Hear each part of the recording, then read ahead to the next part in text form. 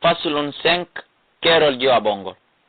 yajibu hino waddi yajibul ghusl longal hino waddo ko honɗum e honɗum goddo wadata lotagol longal waddo mo ko ɗum o faslun do yewta yajibul ghusl longal hino waddo min salasati ashiya'in immorde peji tati ɗin peji ɗon tati kala ko heɓuma haray lotagol longal waddi kema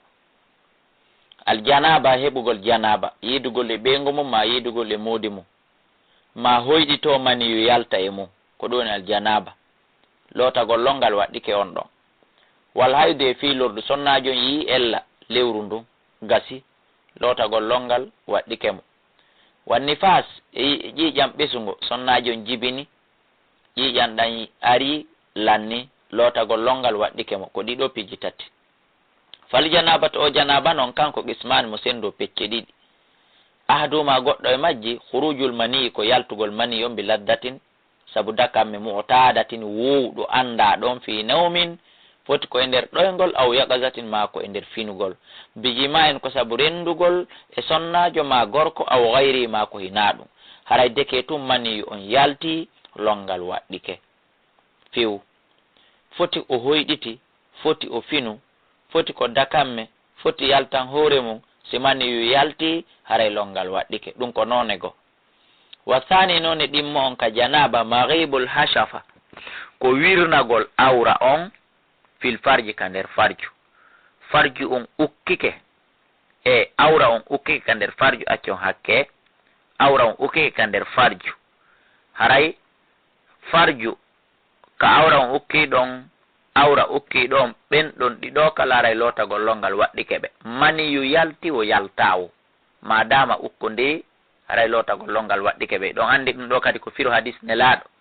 sallah sallam maki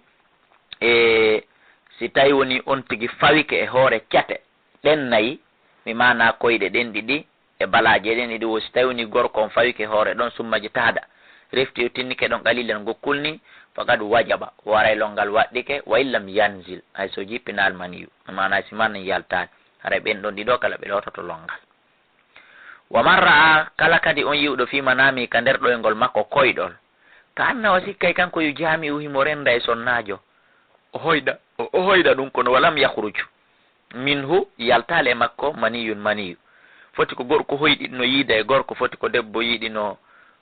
foti ko gorko hoyɗino yiida e debbo foti ko debbo hoyɗino yiida e gorko so hoyɗi mo renda kono maniyu yaltali o fini o tawi ɓuuɓa fusi yaltali haray fala shay'a alayhi hunde fawaki mo si tawi noon na o hoyɗuɗo o yiidi e gorko ma debbo hay so maniyu yaltali haray ɗo longal no waɗɗi en faami ka wa man wajada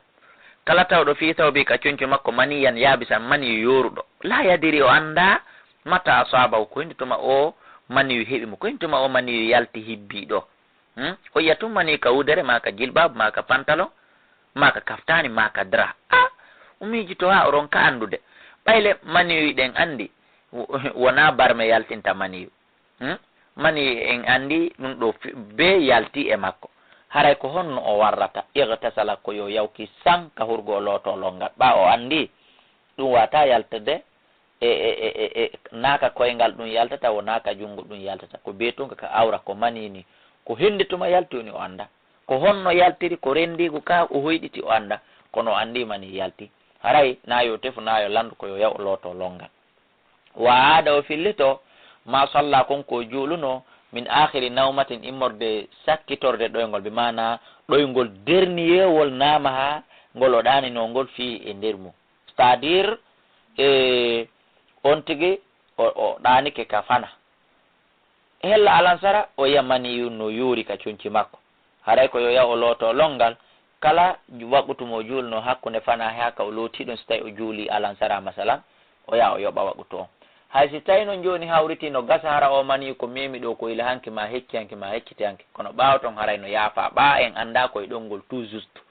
woni ko ɗum ɗo yalti kono on tigui jopoto tun ɗoygol ngol o sakkiti ɗanade ngol on tigui jopoto tun wonde koye ngol ɗon mani o yalti siko waɓutu goto siko ɗiɗi siko tati o juuli ila o fini ngol ɗoygol ɗon haray ɗin waɓutuji ɗum fo majji o yoɓayɗi